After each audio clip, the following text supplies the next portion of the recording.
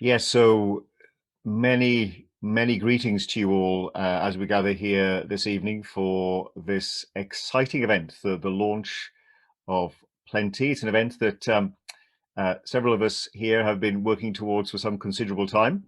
And there's a sense of real accomplishment, I think, as we um, have drawn nearer today, and this sense that at last this extraordinary resource is going to be released to the world. So you're very welcome um, to the launch event for Plenty, a resource from Green Christians' Joy in Enough program. And my name is John Daniels. I'm a member of Joy in Enough's enabling group, and I'll be your host this evening. Joy in Enough was set up in the aftermath of the 2007-8 financial crash to help Christians make links between the economy, the environmental crisis, and Christian faith. And Plenty is our first offering to that end. I believe there should be around about, if everyone turns up, 150 people here this evening, which is absolutely fabulous. And just to reiterate what Ruth was saying a moment ago, the event will be recorded. It is being recorded, but as I understand it, only the speakers' faces will appear in that recording. If you do want to disable your video anyway, then you're very welcome to do that. And likewise, only the speakers will be unmuted in the course of the session. However, there will be an opportunity for you to ask questions via the chat function later on when we're hearing about the Plenty resource itself. So let me begin with a word of prayer. Heavenly Father, we thank you for this evening, for this opportunity to gather together from all over the country. We thank you, Lord, for the high calling we have as Christians to be representatives of Jesus Christ and to witness to God's kingdom rule through our lives, individually and collectively. And we ask for your blessing as we gather together here now, as we share thoughts and insights and learn about this new resource which is being made available so that your kingdom may be extended. And we ask these things in Jesus' name. Amen. Well, let me introduce to you folks who we've got for you here this evening. First of all, and I'm going to ask them to wave as I introduce them. First of all, Poole, who is our keynote speaker. Going to give us a wave, Eve. Very good, excellent. I shall send more of Eve in a moment, but you're very welcome. Jeremy Williams is a writer and a campaigner for environmental and social justice. He writes at the Earthbound Report, which has twice been recognised as Britain's leading green blog, and is editor of the Extinction Rebellion book, Time to Act. He's also content manager for the Joy in Enough website, for which we're particularly grateful. And Jeremy has worked past with Oxfam, the World Wildlife Fund, and the RSPB, as the co-founder of the Post-Growth Institute. So welcome to you, Jeremy.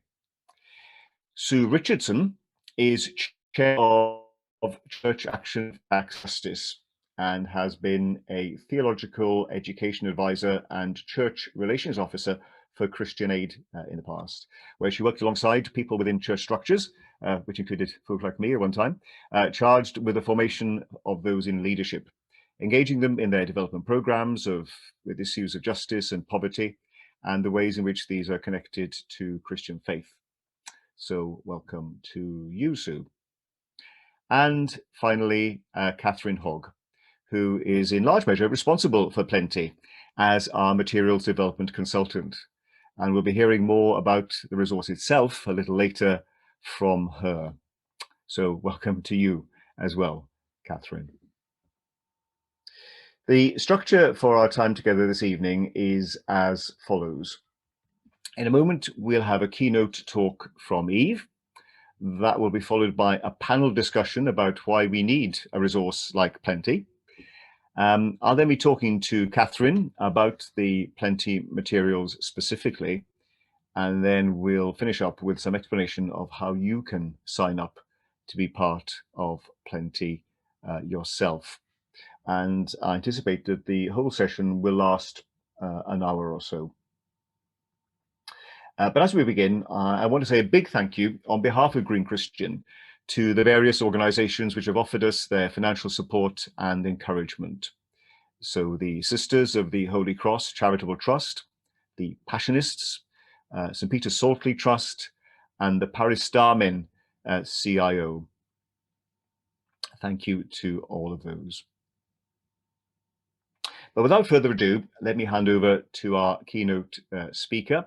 Dr Eve Poole is the third Church Estates Commissioner for England. She has a BA from Durham, an MBA from Edinburgh, and a PhD in theology and capitalism from Cambridge. And her books include Leadersmithing, Capitalism's Toxic Assumptions, and Buying God. So, as I say, without further ado, it's great to have you here this evening, Eve. Over to you. Thank you, and thank you so much for coming this evening and choosing to consume this particular event on your screens. I am a theologian who has a business background, so this is a brilliant topic for me to be talking to you about. And I'm really excited about what Plenty will mean in terms of resourcing us to build the kingdom instead of the economy that we seem to have ended up with around us today. I wrote a book called Buying God, which has been mentioned, which is about theology and consumerism. So while I'm going to try and summarize some of that today, there's certainly lots of me available through my website in terms of blogs and videos if I'm not clear enough tonight or if there's anything that I miss out. But I want to talk to you a little bit about consumerism in particular and the theology of that and why I am so excited about what the church can do about this in particular. So I don't know how many of you have grandchildren or children, but you may recognize these. I don't know if you can hear, but these are called poppers and they are currently all the rage. And I have 9-year-old twins and this is a thing. We used to have loom bands and we used to have those whirly things, and you know, every generation has, every year in fact, has a different fad. At the moment, all the children are going batty for these rather extraordinary pop things that are like a combination of, I don't know, maybe they're like jiffy bags, or I suppose you could sort of store your marbles maybe, or quail's eggs or something on them. But like all these fads, ghastly plastic that isn't recyclable, and all the children going bananas. Even ice cream vans are selling these things to kids. And kids are a great way of looking at consumerism because you can really see how it works in the school playground. And if you think about capitalism, it wouldn't work without consumerism, because consumerism acts like a ratchet on capitalism so that it never runs out. It's like a sort of massive battery or an energy source to keep the thing going. Because if you think about capitalism, if things wore out or stopped or were enough, then businesses wouldn't prosper. There would be no future to their revenue streams. But consumerism only works because humans crave newness and they crave status of various sorts. And consumerism really plays into that narrative. So the conditions are that we crave novelty, but of course, by definition, the second we acquire something new, it has become old. And even though we might have acquired it before all the other kids in the playground, as soon as they have one too, we have no status being the person who has that crazy bad thing anymore. So we are restless trying to find the next cool thing. And consumerism is an incredibly elegant technology set up to keep this thing going. And I think as Christians, we've quite often been so terrified of capitalism and consumerism, we have just thought the best thing is to metaphorically run off to a convent and have nothing to do with it. I have a very different take on consumerism because I think it's got something to teach back to the church and is a reproach to us for being really off the pace on what consumerism is really about.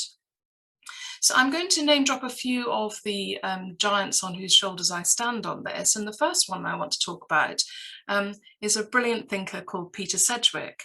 And what he has noticed very elegantly about consumerism is when you really look at it, what it is about is a search for self-identity. And we can see this because of the way that marketing has changed over the past 100 or so years. It used to be that you flogged product that you made. There was that famous story about you could have any car as long as it was black if you were buying a Ford car in the 20s in America. And you would be told the attributes and the efficiency and the beauty and the I don't know, the design goods of the items you were going to buy. And there was an awful effort put into trying to just sell what had been produced in these factories. And over time, people realized that actually, if you speak to consumers and try and understand your customers, you can flog them all kinds of stuff. And it doesn't need to, the pricing doesn't even need to be related to what you've actually spent on making the thing.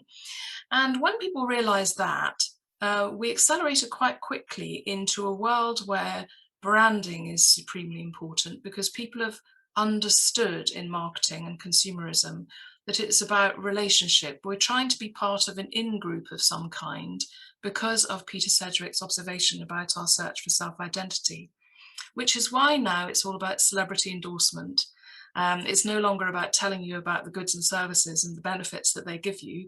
It is about showing you this fabulous life that you could have if only you bought the appropriately branded set of trainers or fantastic whizzy coffee machine or whatever it might be that they're trying to sell to you.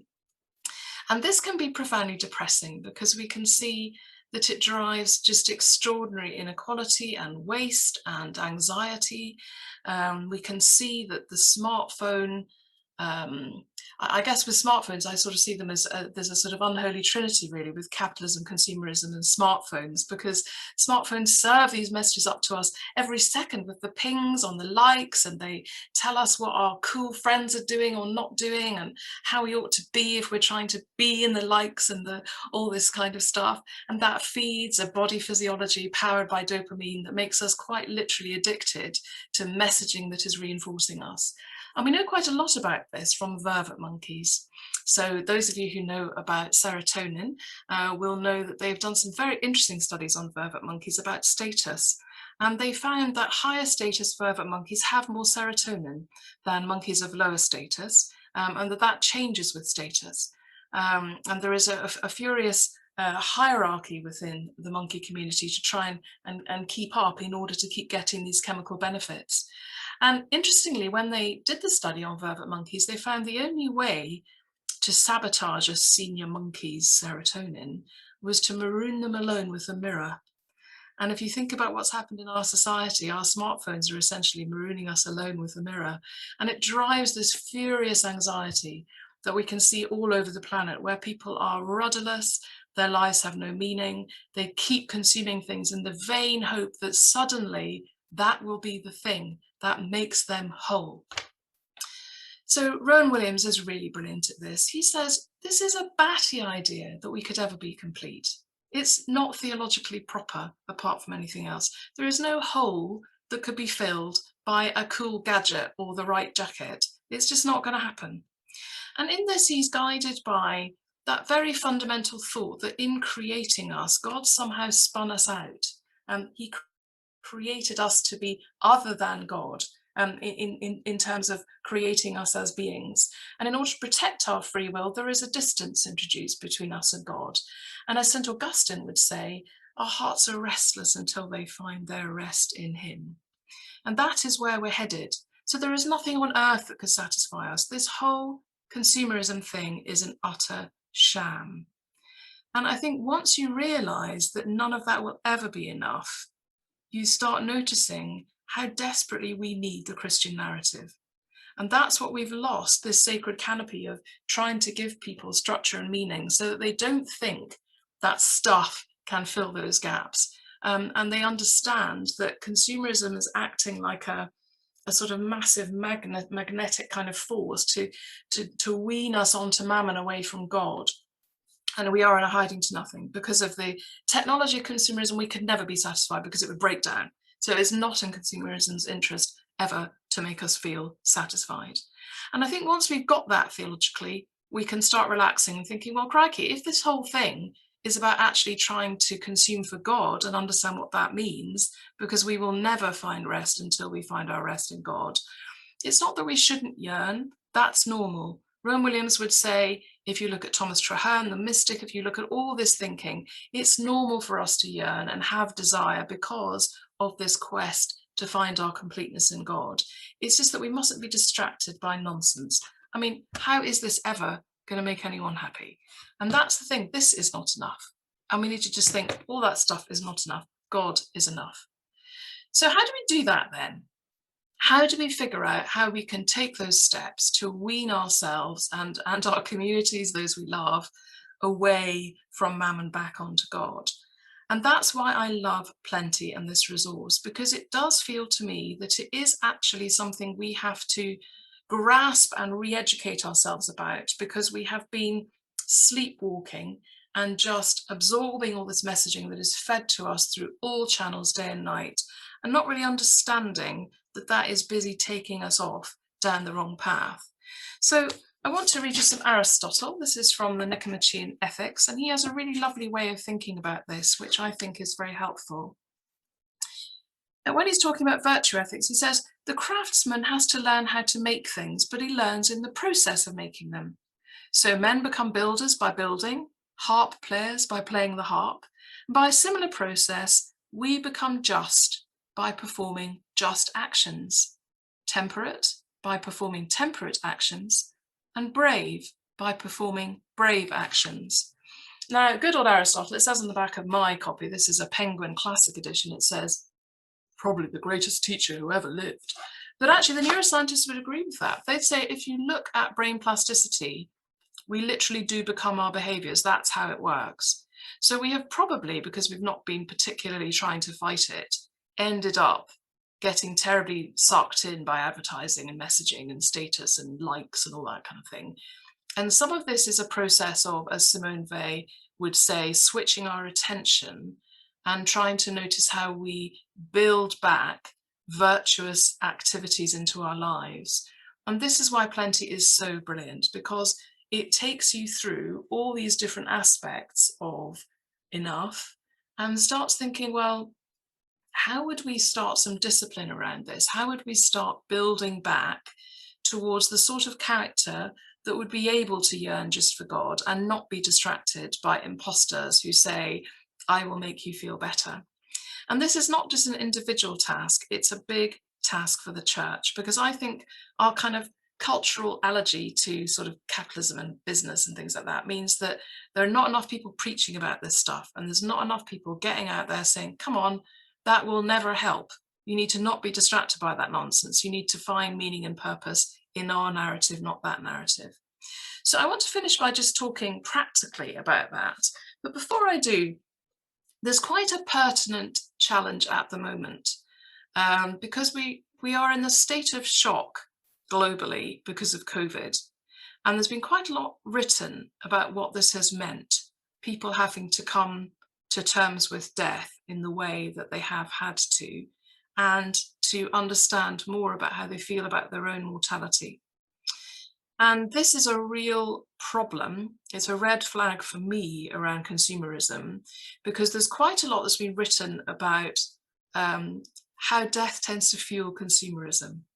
So when we're in a panic about death, or when we feel that our lives are threatened, or that we might be mortal, we tend to try and sort of surround ourselves with stuff, because it's kind of reassuring and it's real and it's physical and it makes us feel like we are here.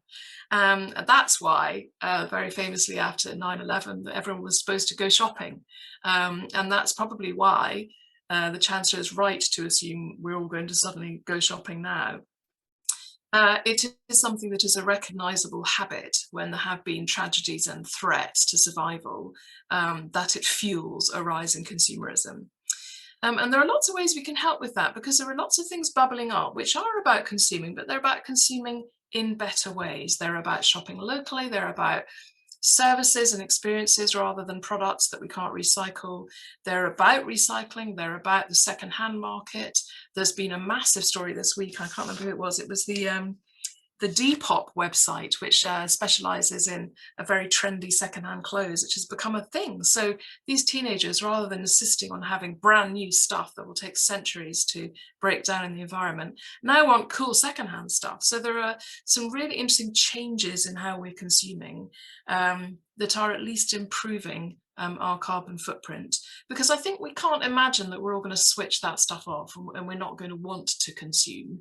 It's about the educative process of helping us to consume well and for God. So one way you might do this, I'm afraid I do this in pretty much every talk because I'm like a stock record about it, is you get out your bank statement. And what you do is you notice your bank statement is pretty much your report card on your economic activity. So this is you as a consumer, and you can't really hide from it. It's pretty dreadful, isn't it? It tells you what date you did where, how much you spent where, and quite sobering. And when I talk to people about bank statements and say, you know, do you share it with your spouse? It's amazing how many people don't, by the way. And I say, would you share it with your vicar? A lot of people seem to think that would be totally inappropriate. So my gauntlet I'm throwing down to you is, how could you get your bank statement into the sort of state where you'd be very happy to share it with your vicar? And indeed with your spouse and your mother, anyone else that you'd like to share it with. Because I have a routine with mine, which is about red, amber, green. And it requires quite a lot of Googling, and you have to sort of get into it, because to begin with, you have to go down loads of sort of company house websites about who owns what and exactly what happens. But the idea is that our money is all a vote for the kingdom or a vote for mammon. All that money that goes into the system doesn't just sort of get shoved under someone's bed in a big chest. It becomes an energy in the system somewhere. So what are you voting for? Are you voting for big corporates who just shove everything offshore and don't pay any tax? Or are you fueling an economy that is enriching for your community? So when you go down your bank statement, have a look at your behaviors. So this is not only your purchasing behavior, it's where you earn your money from. Is that virtuous labor? Is that labor that you think honors God? Are you properly paid for it? How is that all working? It's also your utility bills. Have you done all that researching to try and figure out how green your utilities are, your mobile phone bill, all those things? What's happening about your charitable giving? What's happening about your giving to your church? Are you getting any other income from maybe investments? Is that ethically invested? Are you clear about the mandate? Pension payments, have you made sure that they're not, shoving stuff in trackers that are tracking the wrong funds? How diligently are you mining your bank statement to make sure that you are beyond reproach in every single transaction you make? So just to give you an example, I've given myself some greens for things like getting cash, because quite often at the moment it's tricky with COVID. I'm using one from before COVID because otherwise it's just endless online transactions and a few local shops. And I'm sure we're all in that category at the moment. Cash is very helpful for those businesses who don't want to have to pay loads of extra charges. And so I've given myself a green for that. I've given myself a green for all the charity shops I go to. I've given myself a green for the local shops. I've given myself a green for the co-op. And there's a couple of chains here, Flying Tiger and M&Co, which are signed up to the Ethical Trading Initiative. So they're doing the right things. I've given myself lots of ambers for things like PayPal transactions, which if you're anything like me under lockdown, you've probably got quite a lot of that in your bank statement at the moment. And I feel a bit stressed about some of the online purchasing that we do, because PayPal, of course, enables a whole multitude of people to acquire a sort of platform for commerce, and for selling secondhand goods and all that kind of stuff that otherwise they wouldn't be able to do. But of course, these big corporates don't tend to be very good tax citizens. I've given myself some reds for the supermarkets. There's no excuse for that, really. It's just laziness, and trying to save money. And whenever I do something where I'm buying something because it's cheap, I have to just remind myself it's not cheap. It's cheap to me, that there's a cost somewhere in the supply chain, and I have to be really honest with myself about who is paying and am I happy about that. And the more you go back through the supply chain, you normally find out at whose cost is your bargain. So it is a bit depressing when you first start doing this, by the way, and you feel a bit cross. But once you get into it, and once you start noticing that your money is a vote, you can start being outrageously positive about the things you want to invest in. I was in Cape Cod one summer, and the church there had a little note in the pews saying, "We would like you to pledge to spend $50 a month in 3 local businesses." It might be the fishmonger, it might be a local coffee shop, it might be the greengrocer. We want you to figure out which businesses you want to still be here. Because I remember the church I used to go to in London was on the King's Road, and you'd sort of wander down the King's Road and you'd see that beautiful flower stall, which is such a glorious thing to be able to see, and full of glorious colours and designs and things. You look at it and think, gosh, I must pop into a Waitrose opposite and buy some flowers for my mum. And actually, that's really bad behaviour, isn't it? Because of course you pay more if you buy flowers from the flower market. But if you don't, the flower market will close. It's a bit like your duty to drink in your local. You only need 9 locals to keep a pub open, by the way, so do your bit. It's one of the only places the classes still mix, so we must support our local pubs. But anything like that, if you do not make it part of your virtuous behaviour to vote for these outfits, then they will go. And we've seen that very visibly through COVID, haven't we? And just a final thing on this, just to give you a bit of comfort about shopping locally. The New Economics Foundation did this fabulous piece of research where they tried to figure out where your money goes. I've always been quite puzzled about this. You know, when you spend your pound, where does it go? And they did this sort of blue hands experiment where they imagined that you've been at sort of messy church or something and you've got blue paint on your hands, and they wanted to see how many sort of blue hands did the pound pass through? How much blue paint did it get on it before it was kind of spent? And they figured out that if you went to, you know, your local chain store, your big supermarket, whatever, and you paid your pound across, it wouldn't really get any blue paint on it at all, because it would go straight into company coffers at HQ, be paid out, you know, somewhere, and that would be it. It wouldn't really stay in the local community. It wouldn't really benefit the local community. So when they worked out how much that pound was worth for the community in which it was spent, they worked out that it was only worth 36p. So actually reduced in value by spending it in a big chain store. When they started looking at what a pound does when you buy local, they found it got a lot of blue paint on it quite quickly. So, you know, you have your pound and you go to the flower person and you say, I'd like a little buttonhole, a carnation. So you pass your pound across and get your carnation, you trot off very happy. They're sat there having a bit of a slow day, so they think, oh, I could do with coffee. So they pop into the local coffee shop with their pound and hand it over. Coffee shop person goes, oh, I keep forgetting to get my hair cut. I better do that in my lunch hour. So they pop off to the barbers and hand the pound over. Barber's having a slow afternoon and thinks, oh, I better do my thank you cards. I'll just pop and get some stamps. So they go to the post office and they pop their pound over. The post office has somebody come in to collect their pension, if we're still allowed to do that these days, and they pass the pound to their pensioner, and they maybe pop off and spend it having coffee with their friends. So what they found is that because this pound sort of keeps transferring around from business to business, it becomes worth, let me get this right because it's a really interesting number, £1.76.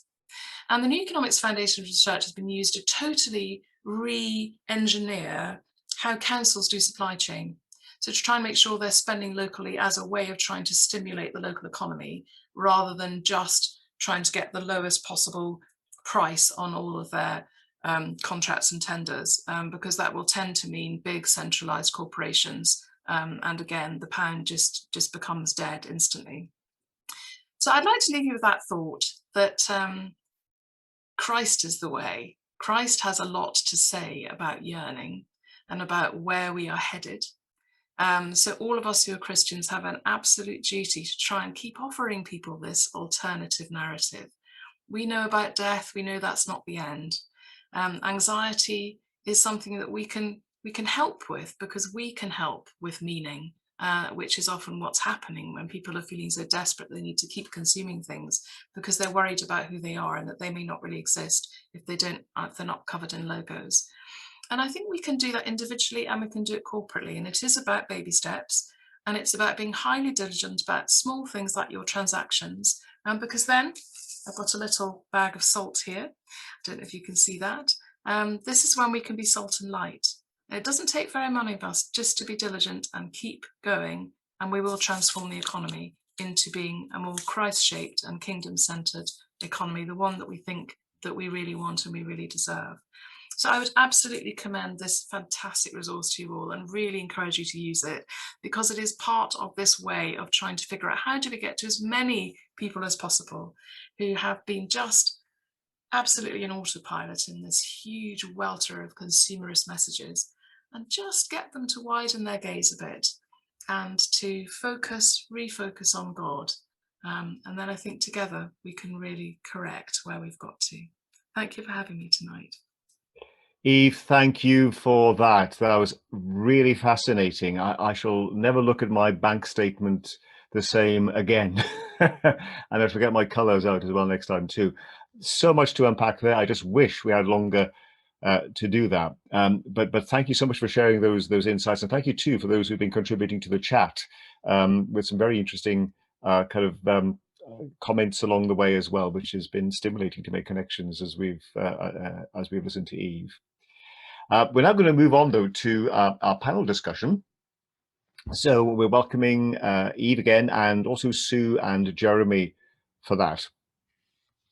So, friends, Plenty is the first, we trust, of many offerings from the Joy in Enough programme. And I've always been intrigued by the phrase that somebody way back when chose as the title for the programme, Joy in Enough. And I'd be just interested to hear from each of you briefly what that phrase suggests to you. So let me pick on Sue to start with. What does Joy in Enough suggest to you?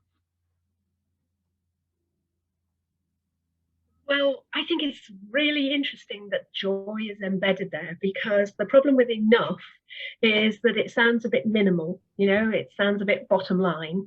And we're often encouraged to think that enough will leave us wanting.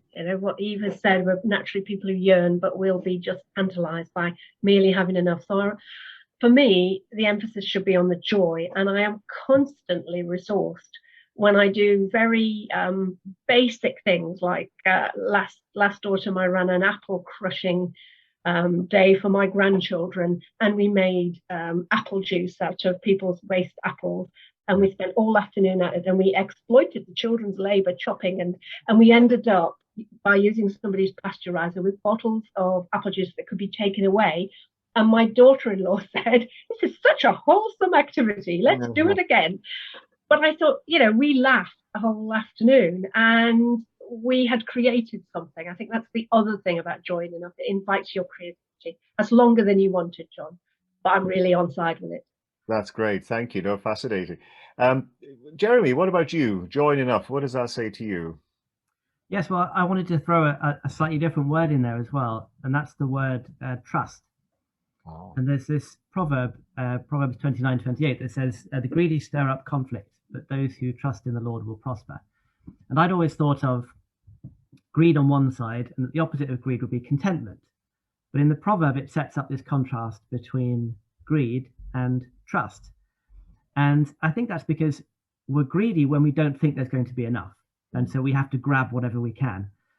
And so the joy of enough is about trust, and trusting that if we shared our prosperity, there would be enough for everyone. Yeah. Trust that we are enough without the appetizers telling us that we don't have enough and we need to have more.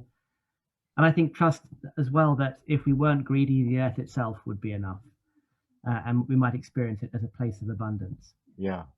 So although, yes, the joy of enough comes from that confidence and trust in the world as it is, as God has given it to us. Great, thank you, Jeremy. And Eve, finally, what about you?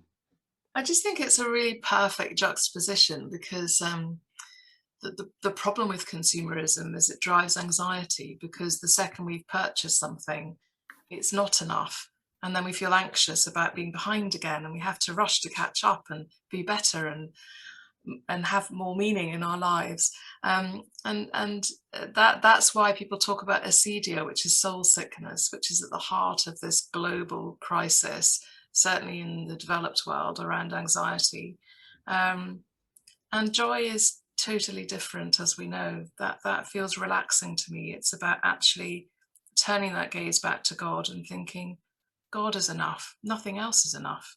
So actually, why would this cool thing be enough for me? So it's a turning away and turning towards joy and turning towards God. Thank you. Thank you for that. Staying with you, Eve, briefly, I mean, in Green Christian, we take the view that the climate and ecological emergency is probably the greatest mission challenge the churches have ever faced. It's certainly up there, isn't it? Let's face it. So how would you hope that Plenty might be able to help address this? I think because apart from the fact there's been all this sort of theoretical dispute about, the science behind climate change, which is only now being sort of resolved, and then a kind of worry that, or an enthusiasm for sort of technological solutions and offsets, and a massive reluctance to look at consumerism as the core problem, that we have been over-consuming for years, and we've been free riding on a planet that is groaning. It feels to me that this is at the heart of it, that if we can't nail consumerism theologically, we cannot nail the problem we have with the sustainability of the earth and what we're doing to it. And I'm hopeful about this, by the way, because what I notice within the church commissioners, as a huge investor in terms of talking to the communities that we invest in and with, is that people have realized there are no customers on a dead planet. And actually, if we are to survive, we do need to address this. But of course, there is an issue about short, medium, long term. And while we have shareholder capitalism, I should say, and shareholder value, the short-termism would still have people profiteer at the expense of the planet, because they will be led by us as consumers. If we do not give them those signals around demand, they will not supply. So it feels to me that we could do all the regulating we want. Regulation takes a long time and it's not a very efficient way to change behavior. Consumer behavior changes things overnight. We see that every time there is a fad or a fashion. We suddenly stop buying plastic straws very recently. That happened virtually overnight. The fair trade movement took a bit longer, but we're seeing that accelerating now. So if every Christian in the land just decided we're going to stop buying X or buying Y, it would happen overnight. And I think we just need to get clear about that and mobilize. Great, thank you. I mean, that goes some way towards addressing the next question, which I was going to point towards Jeremy, actually. I mean, I guess we've been only too aware of the ecological crisis simmering away there, warming up all the time in the background for many, many years.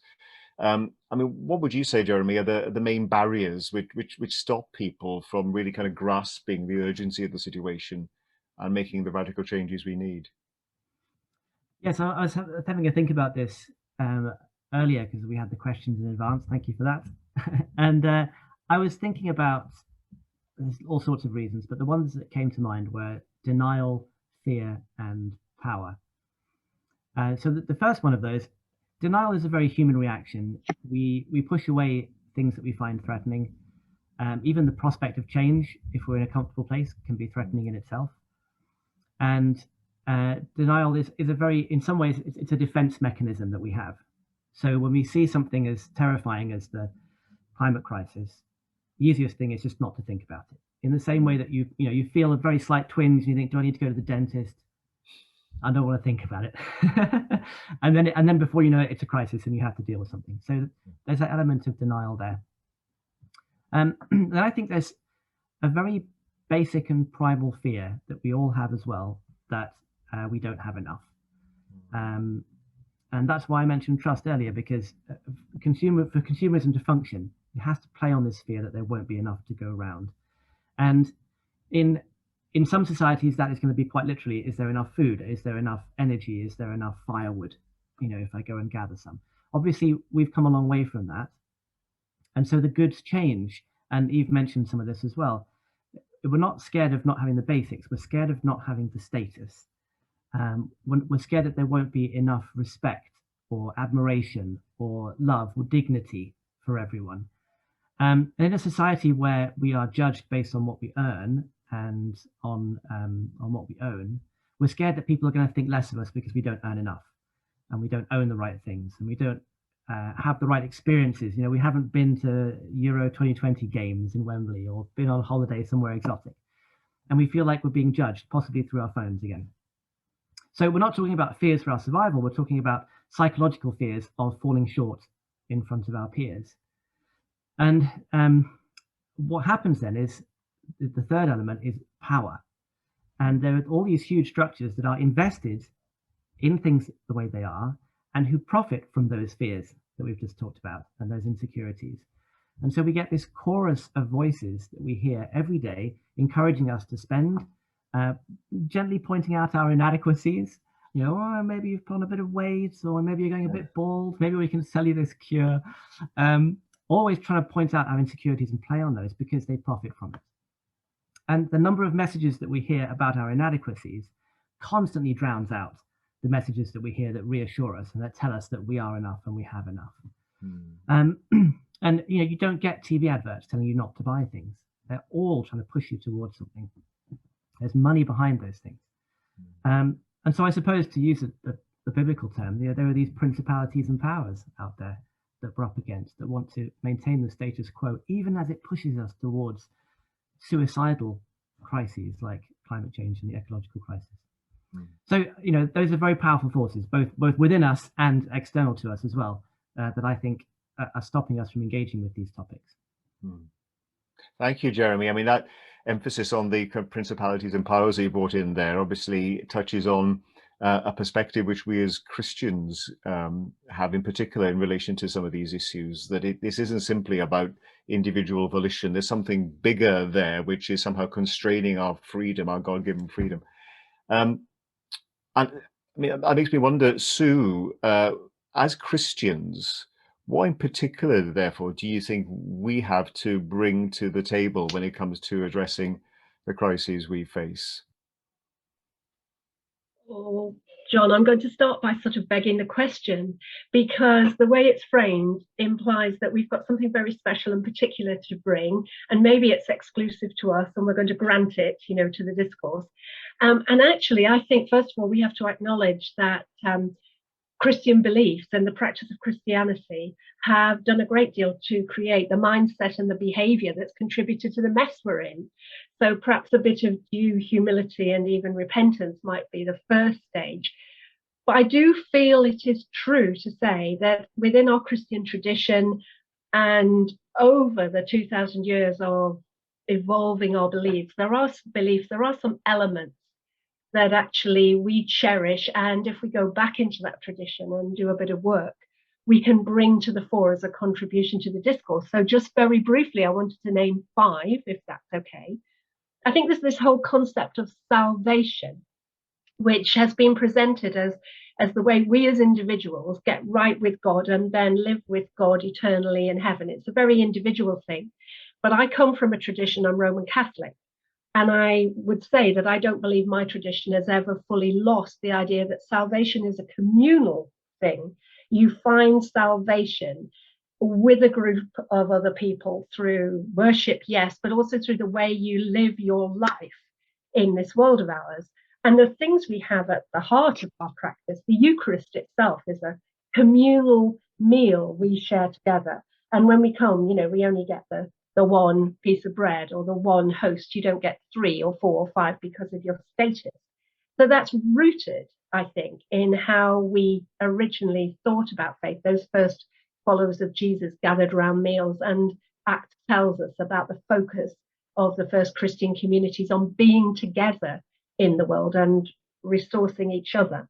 And I think that's an important counterbalance for the world we live in, where the push is very much what can you do and be as an individual, and how can you actually make yourself not interdependent at all, but totally independent, so that you don't actually need anyone. You may need things, but you don't need anyone.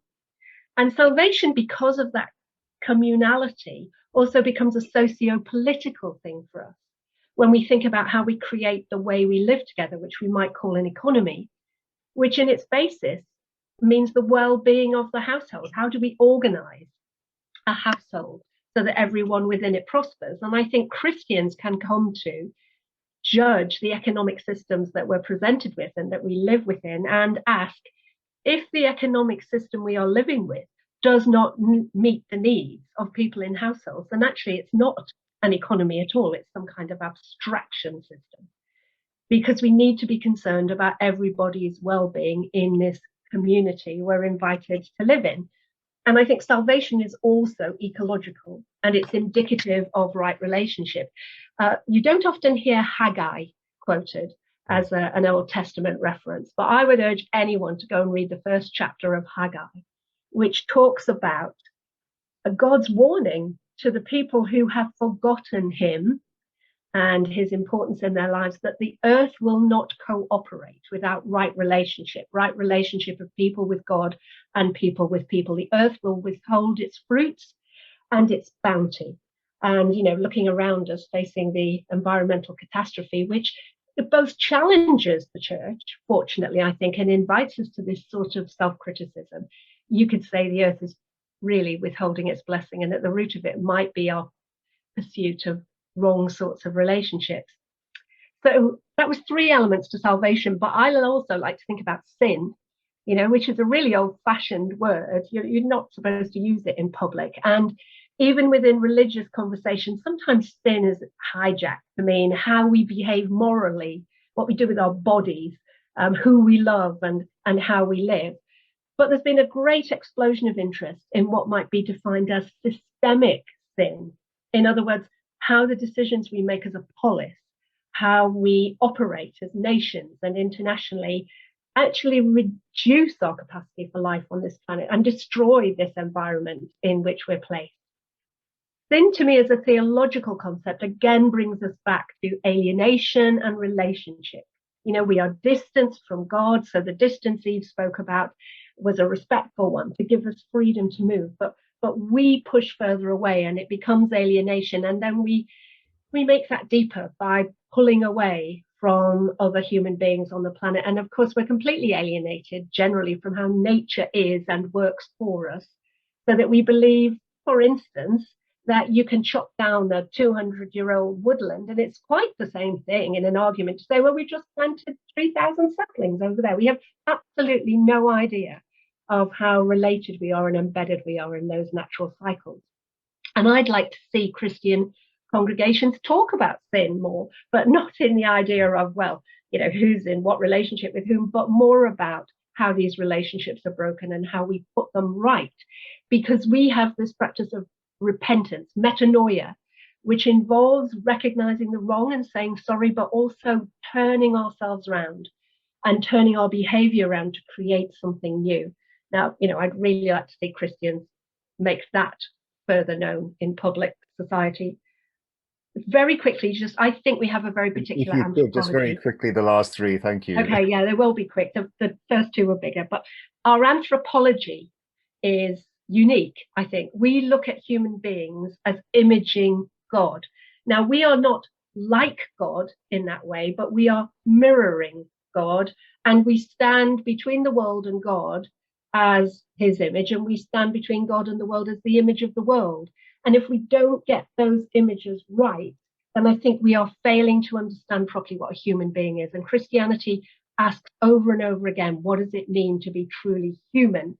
And to be truly human means to have dignity and to live with worth. And so that brings the word justice into our vocabulary. Fourthly, home. Earth is our home. This is not a test we're sitting. It's not a railway station we're passing through. It's a place we are living. And when you think about what home means to people, as Miroslav Volf has been exploring, home has a deeper connotation than merely somewhere you protect yourself or make yourself feel secure. And home is where God is. And again, the Haggai passage reinforces that unless God is at home with us and with his creation, things don't go very well. And finally, to reinforce what Jeremy said about the push to talk about abundance. We are supposed to be part of a religious framework that believes in abundance. We believe it's there. We trust in our daily bread. And yet we live in a world that speaks endlessly of scarcity and shapes all that we are and want and how we practice our everyday living underneath that parameter. Can we really, when we say amen in church, be saying amen to an abundance, not just of things, but of joy, as we've spoken about, of relationship, of everything that goes to make us that fully human being in the gaze of God within the embrace of the creation in which we're planted. So like Eve, I'm hopeful that we've got the language, you know, we've got the history, we need to go out there and preach it, really. Yeah. Absolutely. Thank you, Sue, for that. Thank you all for your reflections. And again, I just wish we had time to kind of unpack some of these thoughts a bit further. However, it's time now to move on to hear a little bit more about the Plenty resource itself from our materials development consultant, Catherine Hogg. And as Catherine's talking, you've been busy chatting away there already, but if you have any particular questions about the Plenty resource, please do put those in the chat. And if they have been answered already by what Catherine said, we'll do our best to tackle at least some of them this evening. So Catherine, good to see you there. First of all, tell us a little bit about yourself. How long have you been working, slaving away there on Plenty? And what were you doing with your life before Plenty came along? Okay, thanks, John. I worked on Plenty for about 10 months, I think. Mm-hmm. And before that, I worked for Christian Aid for a long time. I worked for Christian Aid for 13 years. And I am based in Leeds, and I did some regional work for them here. And I also worked on various projects while I was there. And yeah. Great. Thank you. But moving on to Plenty itself, I mean, obviously, as people will discover in a minute, it covers quite a diverse range of topics. And I wonder, while you were working on it, what things in particular struck you as, you know, things maybe you hadn't appreciated before, but you'd like to particularly kind of draw attention to? Yeah, thank you. I've learned a lot writing it. I think I've understood how nothing can be seen in isolation and how one issue impacts upon another. And I think from my background with international development, I actually learned more about the UK context. So I've been writing about both within Plenty. And I've learned about the extreme inequality in our own country, which I hadn't really fully appreciated, but knew quite a lot about inequality on a global stage. And I think perhaps you wonder even why we're focusing on inequality when this resource is centered around the climate crisis. But I think as an example from this context here, you know, as we've seen already, and we know, people will choose the cheapest products, and that therefore drives down the prices in the supermarkets, and it keeps up the demand for cheap goods, which then just gives all the power to supermarkets and corporations, who often have little regard for the environment or for workers' rights. So on a big scale, I think that's the inequality is just one aspect that I've chosen, but I've understood that you can't look at the climate crisis, which is obviously fairly big on the agenda now, and people are talking about that, but you don't hear it linked very well with issues like inequality or consumerism, as we've been unpacking already. And following on from this, I've really been struck afresh as I was writing the biblical reflections and looking at Bible verses by just how radical Jesus's teachings are and what he expects of us in terms of inequalities and injustice. And the phrase which really struck me as I was looking at this was in Luke 6, where he calls his disciples to lend freely, even to their enemies, and to expect no return. And what would that mean for us today if we were really to take that on board and live like that, if we have money to lend? If anything, we are the sinners that Jesus speaks about there, lending to those that we can expect repayment from. But do we actually really lend our money at all? But lending to those from whom we expect no repayment could actually release funds for people to do amazing things with startup money, maybe create their own businesses, feed their children, send them to school if we're talking about an overseas context, or find more regular and meaningful work, living without increasing further debt on credit loans if it was this country. So I think the church could look at that a little bit more and not just go beyond the handouts of food banks. And finally, I have started thinking in new ways about value, as we've been discussing, like what is of value, and I explore this in the final session of Plenty, where we look at what it means to have joy in enough.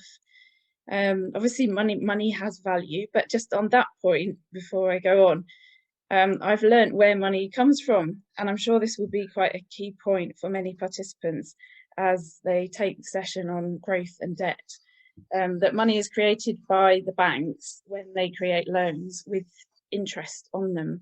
And so money only comes into being when somebody agrees to pay back even more. And then even then, it's just figures that are typed into a computer. And on the whole, it's figures that are moving around from one organisation to another. And obviously GDP as the measure of the growth of the economy, but is that really all that is of value, as advertisements are shouting out to us and seducing us, appealing to our desires?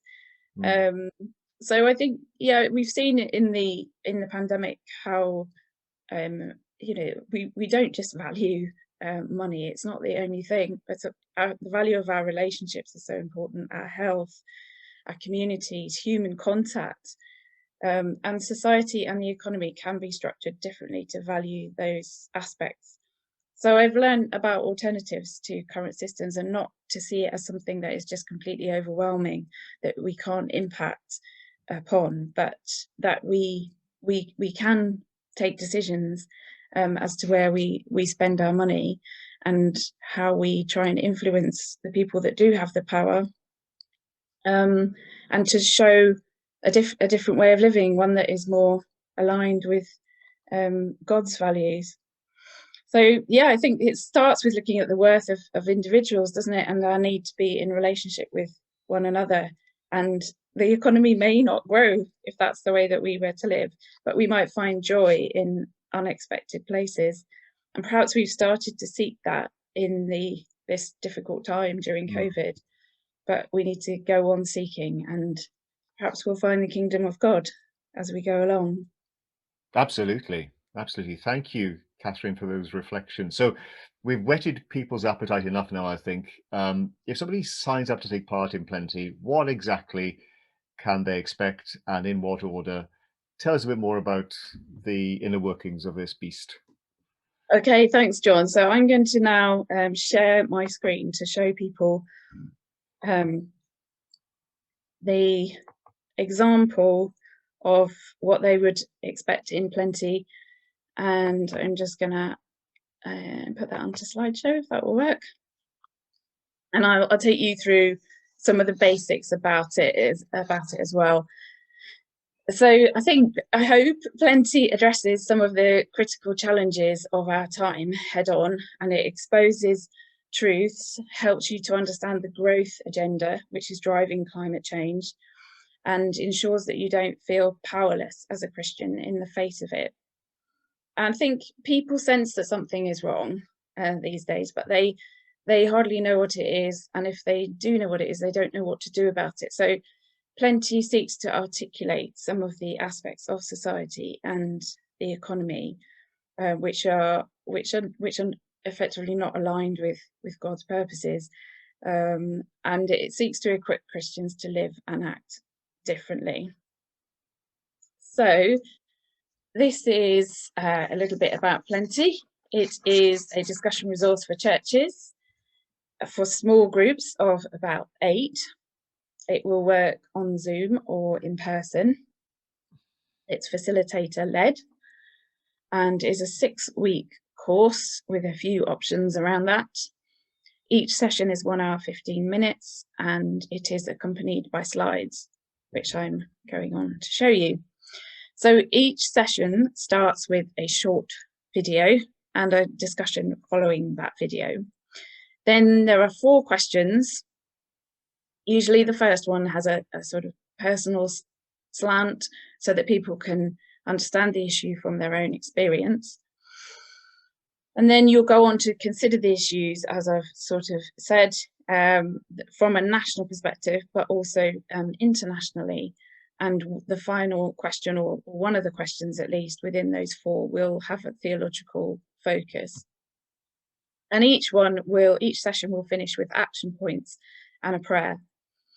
And we do ask that you do a little bit of preparatory reading or watching. So there's suggestions for short videos that you can watch, articles on the topic. And I have chosen the Bible passages and given some reflections on those, usually Old Testament and New.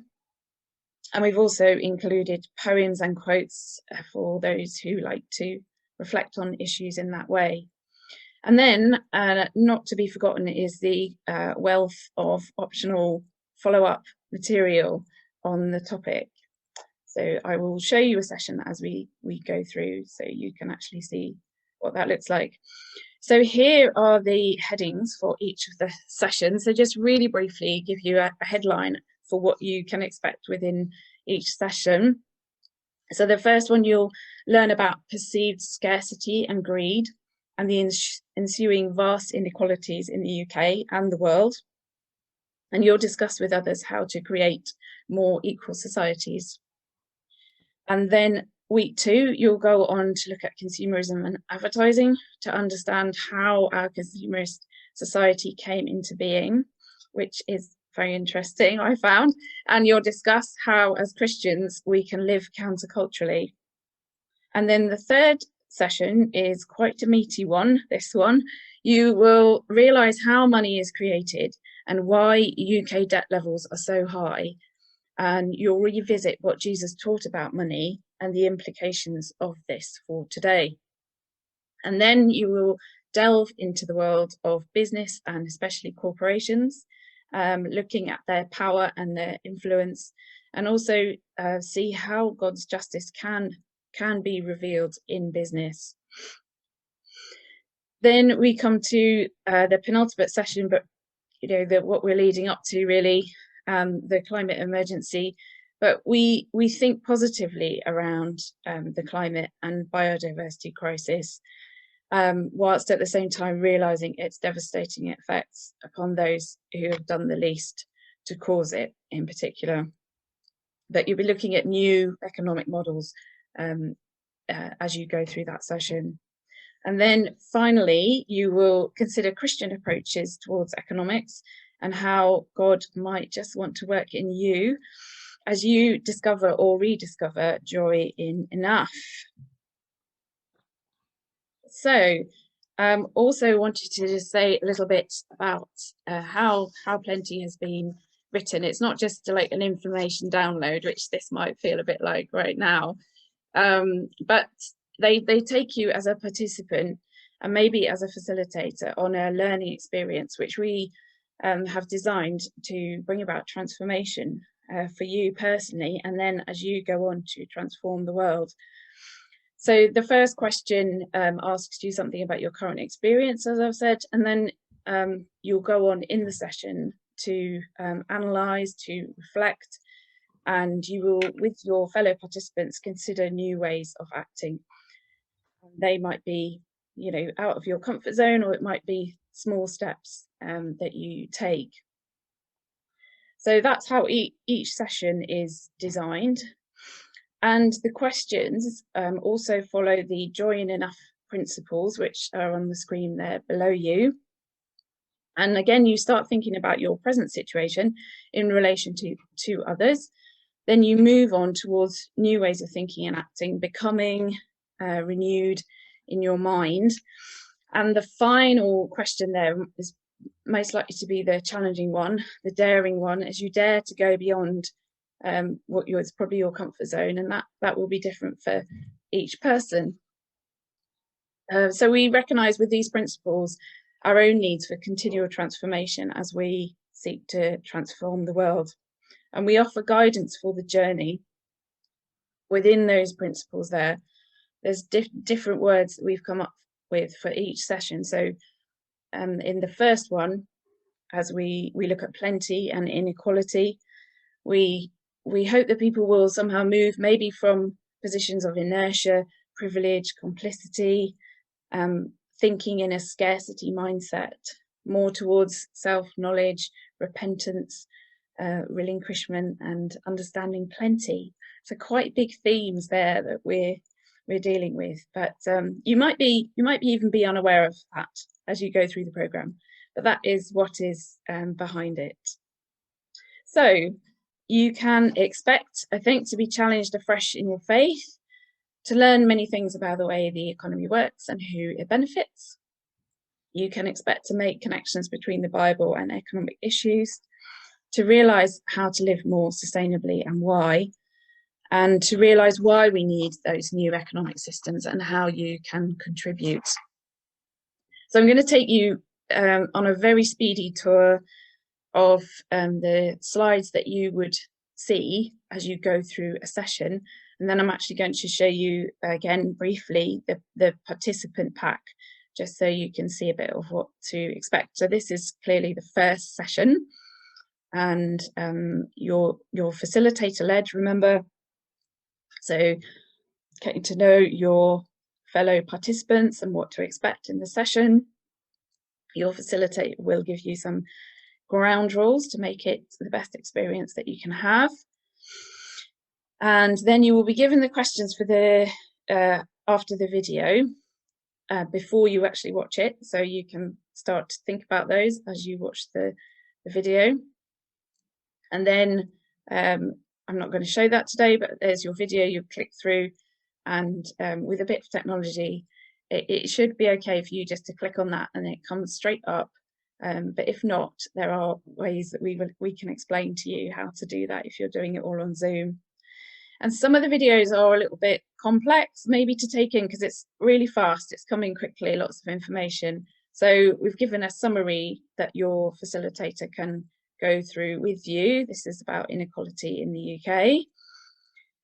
And then you will start the discussion. So here's your first biblical principle and your first question. And we don't just leave you hanging either. So we do give you a few tips and things to think about so that you don't just have a question that you don't understand, or you don't understand what it's getting at.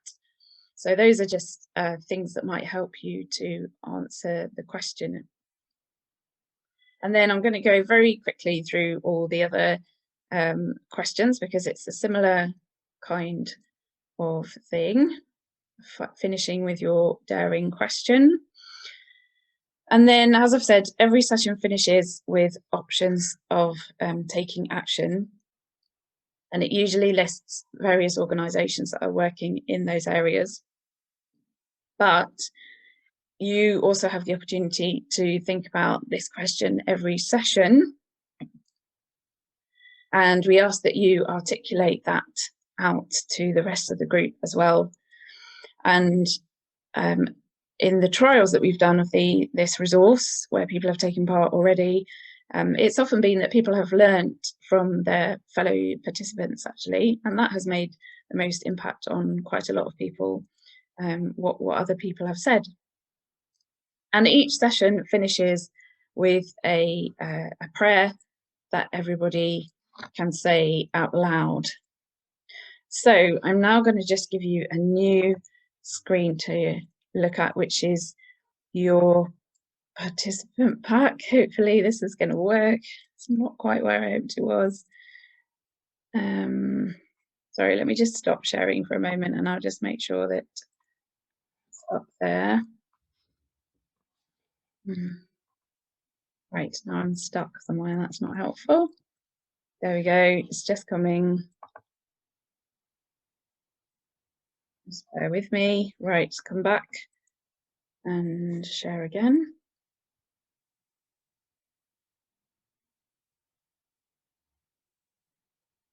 Right.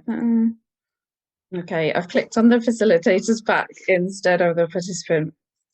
Apologies.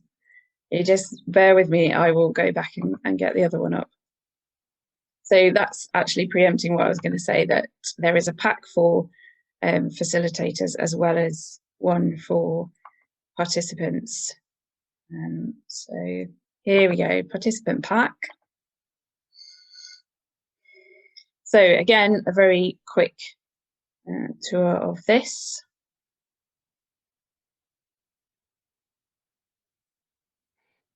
Right. Just give us the highlights here, Catherine. We are running short of time. Yeah, that's fine. That's fine. We are indeed rather short of time. Sorry, I'm having trouble with the cursor going down the page. I'll use this one. Yep. So obviously introductions. This is what you will find, your icons that help you to guide you through the session. So hopefully a helpful design. Here's your principles and a bit of information about them, as I have outlined. And there is your preparatory material, your Bible passages and your reflections. And as you can see, a question following each one. And the poems and quotes that I spoke about, and the links through to the videos and the reading that we would like you to do before the session. So the Bible verses and the readings aren't specifically referred to in the session, but the other preparatory material, we would ask that you do that to help you with the session. And then just at the end of each session, we've given a page where you can note down things that you have found helpful or that you've learned, and things that you might go on to do. And then here is all the optional, and I do stress that it is optional, and we don't expect facilitators to have gone through all these links either. This is optional follow-up for people on the issues that you will have discussed in the session. And we've grouped it under various headings, but as you can see, there is quite a lot. I maybe got a bit carried away with all of these. I really enjoyed investigating. So people have plenty that they can also investigate. And then you're on to the next session, I think. So I'm going to stop this one, or just try and go back to my other one, which I've now lost. Sorry, I've had them both up earlier and typical. Stop sharing and just, I think we're almost at the end anyway. I was going to just tell you about facilitators, and that their session is available as well. Here we go.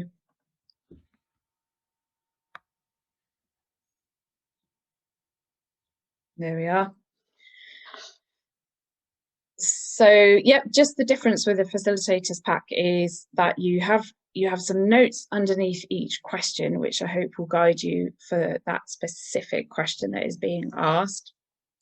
And then you have a commentary on the topic, which goes into issues in quite some depth, because some of them are quite new for people probably, and we want you to be as fully equipped in order to lead the sessions as possible. So you can pick and choose from here and decide how you want to use that material. And we do encourage facilitators to attend training sessions. We're not saying that it's essential, but we would like you to. And the next sessions are there, and that information should be on the website. And you just can email Kat, who is our administrator, to sign up for a training session. So that brings me to the end, John. I was just going to try and show people how they can download the materials. So let's see if this is going to click through. Great. Can I, before you do that, Catherine, sorry to cut across here, we've had some super chat comments coming in here, and there's one or two things I wanted to run past you. It's fairly substantial questions, some of them, but I'll see what you make them anyway. So somebody says here, I'm really interested, how can I convince my church leaders to prioritize this when our church is small and struggling and concerned about other things they perceive aren't related? Do you want to have a quick stab at that? How about that one? Are there any allies in the church, or is this person alone? Okay. Or are there allies in other churches? So people that are thinking along the same lines as that person, could they run it, you know, as a village, a town, with other churches, perhaps? Would be my first thought. And also obviously, because it's available as a Zoom resource, I mean, there's potential for hooking up with people across the country as well in ways that we can try to make available to people. Yes. So because local churches will inevitably be limited very often, won't they, in terms of the constituency they can offer for this kind of a kind of a level of study. Yes. Another question here, a very interesting one. Have you tried the resource with non-believers who might be interested in the topic, but may not be coming at it from a faith perspective? We haven't trialed it specifically with non-Christians, no. We have designed it for Christians, with that with the Bible verses and the reflections and I guess the theological question. But there's no reason why somebody who wasn't a believer couldn't join in. I don't think there's been anyone on the trials, but people have said on the trials that they think it could be, you know, of interest to people who are, say, sympathetic and understanding, but not necessarily Christians. And some people have actually said that, you know, it's Christians who need this resource because other people are actually a bit more clued up on all the issues. Absolutely, thank you for that. And I mean, one of the things that I think as a enabling group we were very keen to encourage was for this resource to be something that's available and accessible to as wide a range of people as possible. We accept that initially those who may be engaged with it are folks like yourselves who are tuned in this evening, who are already concerned about this topic and have a bit of an inside track on it. But actually we want the message to go out much wider than that. So that's great. Just looking at the time, I think we better move on. Actually, there's one or two other questions there which I wish we had time to talk about. But Catherine, finally, back to you. I mean, this is the $64,000 question. How do people go forward from here? What do they need to do if they want to get involved in Plenty?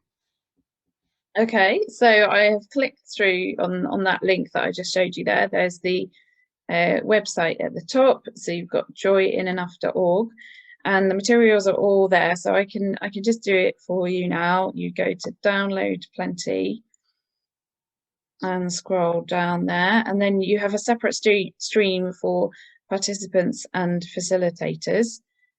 And if you are a participant, for example, you would just fill out your name here and your email address, and then we are interested in where you are and how you're going to use this resource, but you don't have to give that at all.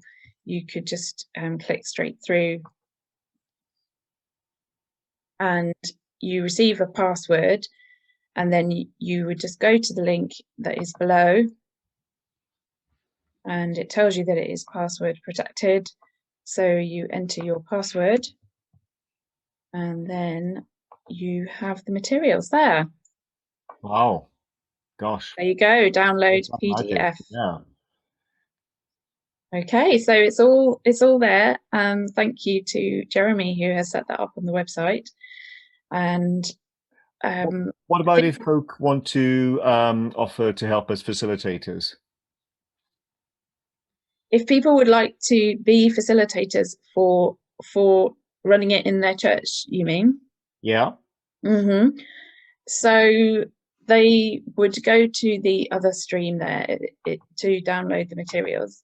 If I just take you back, the same thing, basically the same process. So you've got your facilitators pack, and you would just put your name in exactly the same. I don't think I'm going to go through it because that's okay. I'm going to give everyone the password, but of course it is very easy, so you can do it. Sure. But we do ask, if you are a participant, I think it's quite nice to not know all the material that's coming in the session beforehand, and actually to go through it with everybody else. So yeah, great. Thank you. So we certainly got a starter for 10 there. And folks, don't forget it, joyinenough.org. all one word, joyinenough.org is the website, very easy to get to, and it's all laid out for you there. Hopefully you can find out all you need to know, and certainly there'll be opportunities to connect up with somebody who can hopefully answer your questions, even if it isn't immediately obvious. Time has defeated us, I'm sorry to say. So let me close by reiterating again our thanks to our panel this evening, to Eve and to Sue and to Jeremy, as well as to Catherine for the contributions and for finding the time to be available here tonight. And I want to thank all of you at home there for tuning in. I hope you've had an informative and an enjoyable evening, and I trust now that you'll all go away and sign up. And what's more, tell your friends about it, and not least those for whom these issues are new, because our prayer as an enabling group is very much that with Plenty, we won't just be preaching to the choir. So I'm going to suggest that we finish by simply saying the words of the grace together. May the grace of our Lord Jesus Christ and the love of God and the fellowship of the Holy Spirit be with us all evermore. Amen. So every blessing to you all. Thank you for your company this evening, and enjoy the rest of what, here in Ludlow at least, is a lovely sunny evening. Bye for now.